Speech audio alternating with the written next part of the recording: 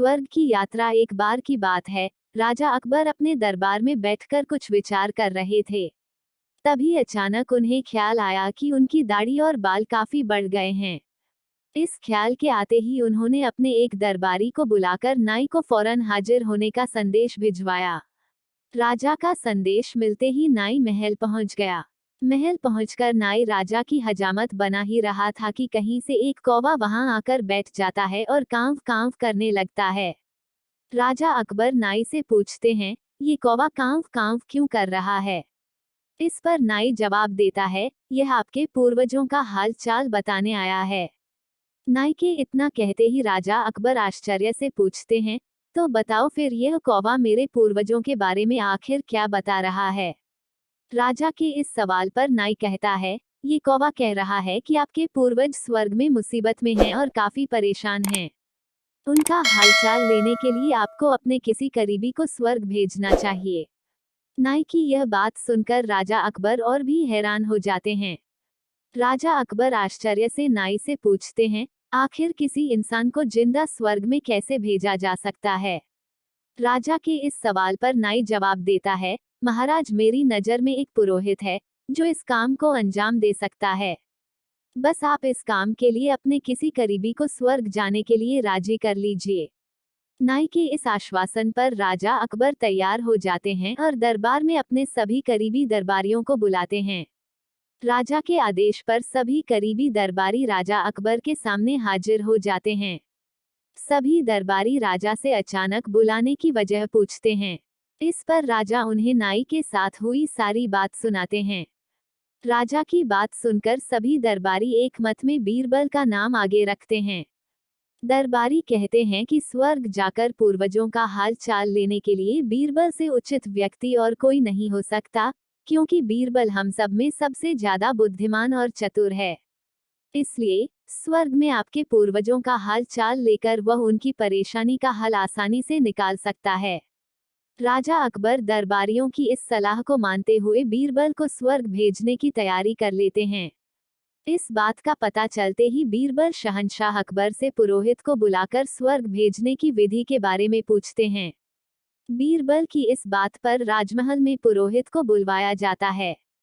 पुरोहित के आते ही उनसे स्वर्ग जाने की विधि के बारे में पूछा जाता है। पुरोहित बताते हैं, आपको यहीं पास में मौजूद एक घास के ढेर में भेजा जाएगा। बाद में उस ढेर में आग लगा दी जाएगी। फिर कुछ मंत्रों की शक्ति से आपको स्वर्ग भेज दिया जाएगा। स्वर्ग जाने की पूरी प्रक्रिया जानने के बाद बीरबल राजा अकबर से करीब 11 दिन का समय मांगते हैं और पुरोहित को 11 दिन बाद बुलाने की बात रखते हैं। वह कहते हैं, मैं स्वर्ग जा रहा हूँ और कितने दिन मुझे लौटने में लगेंगे इस बारे में निश्चित तौर पर कुछ भी कहना मुश्किल है।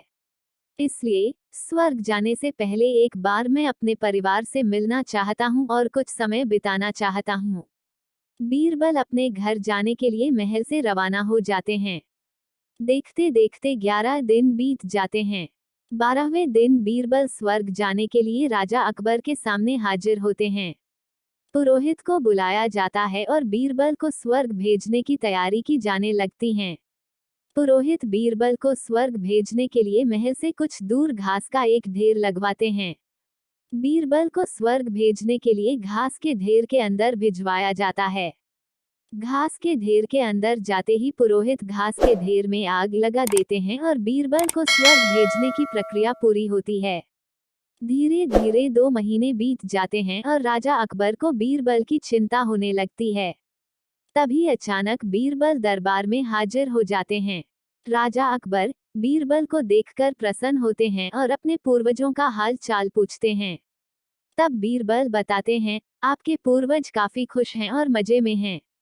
उन्हें बस एक ही तकलीफ है कि उनकी दाढ़ी और बाल काफी बड़े हो गए हैं, जिन्हें काटने वाला स्वर्ग में कोई नाई नहीं है। इसलिए वहां उन्हें एक नाई की जरूरत है। बीरबल कहते हैं, ऐसे में हमें आपके पूर्वजों के लिए एक अच्छे नाई को स्वर्ग भेजने की तैयारी करनी चाहिए। बीरबल की इस बात पर राजा नाई को स्वर्ग जाने का आदेश देते हैं। राजा का आदेश सुनकर नाई घबरा जाता है और राजा के पैरों में गिरकर माफी मांगने लगता है। नाई राजा से कहता है कि यह सब कुछ उसने वजीर अब्दुल्ला के कहने पर किया था। ये सब उन्हीं की साजिश थी, ताकि वह बीरबल को अपने रास्ते से हटा सकें। अब राजा अकबर के सामने सारी सच्चाई आ चुकी थी। ये सब जानने के बाद राजा अकबर ने वजीर अब्दुल्ला और उनके साथियों को दंड देने का आदेश दिया। अंत में राजा अकबर बीरबल से पूछते हैं, तुम्हें इस सच्चाई का पता कैसे चला और तुम घास के ढेर में आग लगने के बाद कैसे बच गए? तब बीरबल जवाब देते हैं, आग के ढेर में जाने की बात सुनकर मुझे इस साजिश का अंदाजा हो गया था। इसी वजह से मैंने 11 दिन का समय मांगा था। उन 11 दिनों में मैंने उस घास के ढेर वाले स्थान के नीचे से अपने घर तक एक सुरंग बनवा दी थी। उस सुरंग के जरिए ही मैं वहां से बचकर निकल पाया। बीरबल की पूरी बात सुनकर राजा बहुत प्रसन्न हुए और बोले, वाह बीरबल वाह, ये काम केवल तुम ही कर सकते थे। कहानी से सीख। बीरबल की स्वर्ग की यात्रा कहानी से सीख मिलती है कि सूझबूझ से बड़ी परेशानी का हल आसानी से निकाला जा सकता है।